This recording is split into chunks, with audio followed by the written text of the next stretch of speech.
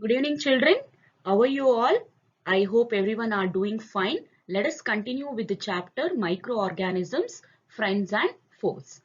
In our previous class, we studied in this chapter that microorganisms are present everywhere and we often associate microorganisms with diseases. So, however, not all microorganisms are harmful. In fact, some of them are useful to us and as well to the environment. For example, sewage treatment. So, here plant use bacteria to purify water. Some bacteria are sources of life-saving medicines such as antibiotics. The bacteria in the soil decomposes dead and decaying matter and make humus which provides nutrients to plants. Let us study some of the other benefits we get from these microorganisms. So let's begin with the class. First benefit that we are going to study is bacteria help in making curd. You people have tasted cheese, curd, cream, yogurt. It tastes so yummy, right? So how it is going to be produced? It is by the action of bacteria called lactobacillus bacteria. I repeat, it is lactobacillus bacteria. Bacillus is a singular. Okay, bacilli is a plural. Lactobacillus is a bacteria responsible for the conversion of milk into curd, cheese, butter, yogurt. Okay. So what is the action happening within the milk? Lactobacillus bacteria keeps on multiplying in milk. And once it keeps on multiplying in the milk, what happens is it converts the milk sugar into lactic acid. The sugar which is present in the milk is said to be lactose. Okay, so when this lactobacillus keeps on multiplying in the milk, it converts the milk sugar into lactic acid. This makes the milk very thick and curd is formed. So the lactic acid makes the curd sour. So your lactic acid is responsible for the taste of curd. What is the taste of curd? It is very sour, isn't it? So this is one of the benefit of bacteria, that is lactobacillus.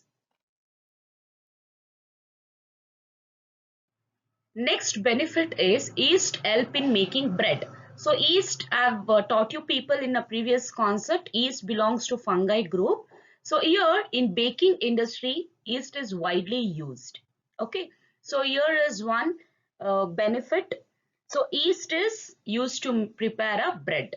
Okay, here you are here in the down you can see the flow chart. So using yeast in baking, so what all the ingredients they use is yeast along with the flour, sugar as well as water. It is used to prepare a dough.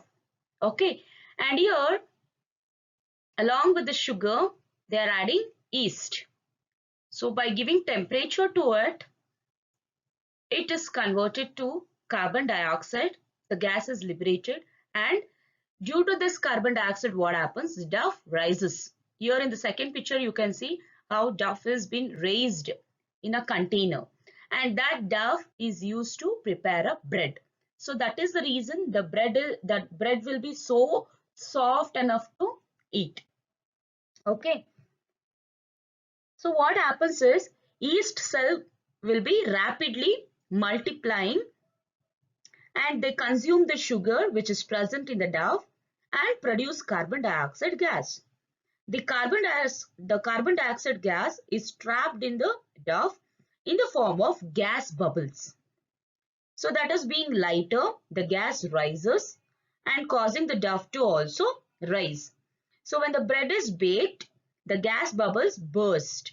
Okay, this causes carbon dioxide gas to escape. So leaving behind the holes of unequal size, these holes make the bread porous and spongy. So this is how the bread is being done with the help of fungi, that is yeast. Another benefit of yeast is it helps in the brewing alcohol.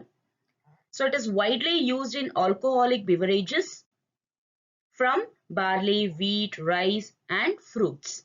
So using these things along with the yeast, they prepare the beverages. Also wine. Okay, so the process by which alcoholic beverages are produced.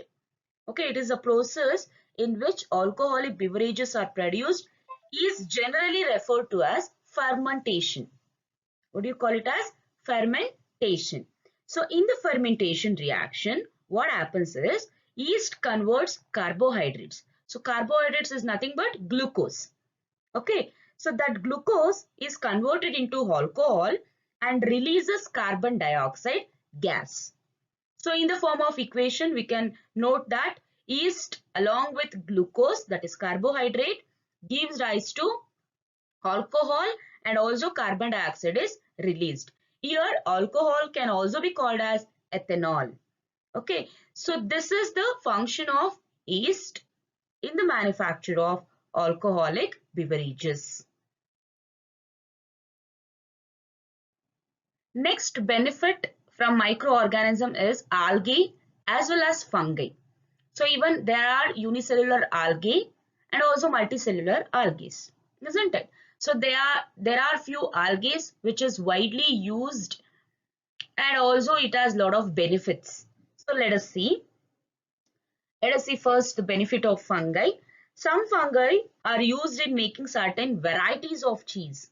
Okay, and these cheeses are widely used in Chinese countries. Okay, some fungi are used in making of soya sauce. So here in the second picture, you can see soya sauce is widely used in China. Okay, and it is mainly said as a Chinese food. Here, and also fungi, that is mushrooms. So edible mushrooms, I gave example in the beginning class. There are few mushrooms which are edible. Okay, so such mushrooms are button mushroom. So in the third picture, you can see it is button mushroom. And in the fourth picture, it is said to be oyster mushroom. Okay, so what do you call it as children? It is oyster mushroom. So here button mushroom and oyster mushroom are commonly consumed as a food and are used widely in soups and pizza toppings. Okay, so if you have uh, ate this one pizza, you could have come across this mushrooms. They use it in to prepare pizza. On the toppings they use this mushrooms and they have a high content of protein, that is vitamin B. So these mushrooms are very rich in protein as well as vitamin B, and they are very low fat and are virtually free of cholesterol. So if you consume mushrooms, so you, like, it's free of like cholesterols. Okay, so it doesn't consist of any fat or cholesterol. As some fungi are very poisonous, as I said, one cannot pick and eat any mushroom. So you can't uh, take any mushroom which is available and you can't eat it, because there are few mushrooms which are very poisonous. So only we can refer to oyster mushroom or button mushroom which is available in the market. Okay, next coming to algae. So here in the first picture, down first picture, you can see seaweed. It is a seaweed. It is aquatic algae. Okay, seaweed has been a staple of Asian diet for centuries and has also been a part of coastal indigenous people's diets. Okay, so it is widely used in Asian countries. Since from centuries it has been used as a part of diet. Seaweeds are very rich source of minerals and also a natural vitamin. So here you can see seaweed is converted to food. Here you can see how it is consumed as food. Okay, here in a bowl you can see seaweed has been converted to food. Okay, and it is very rich in the source of minerals as well as natural vitamins. Next is the algae that is said to be spirulina. Spirulina is a blue-green algae and which grows on the surface of alkaline lakes. Okay, it is truly remarkable food source with phenomenally high protein content and rich reserves of many vital nutrients including vitamin B12. So this spirulina is very rich in vitamin B12, and also protein content in spirulina is higher than that in fish. So the protein which is present in the fish is more in case of spirulina. It is very high in case of spirulina when we consume lean meat or eggs. So even that consists of protein, but here spirulina has more proteins compared to all this fish or meat or egg. Next is chlorella. Again, chlorella is a single-celled green algae. You have come across this algae in the previous content. Chlorella is a single-celled green algae. It is a rich source of minerals and vitamins. So here you can see the wide benefits of algae and fungi. Another benefit is nitrogen fixation and soil fertility. So here plants are in need of protein. Even plants need protein to grow well. So if you consider the composition of air, so we have carbon dioxide, oxygen, nitrogen and other gases in the atmospheric gas. But plants are very much need in nitrogen. So they require 78% of nitrogen to consume proteins, and plants cannot use it directly. So they directly can't take nitrogen which is present in the atmosphere. So there are few bacteria in the root nodules said to be rhizobium bacteria. You can see it in a picture. So here is a root, plant root, and here you can see small greenish tube-like structures. Okay, so bulb-like structures, that is said to be rhizobium, where exactly rhizobium bacteria are present. So what is the function of these rhizobium bacteria are? They convert the atmospheric nitrogen into soluble form.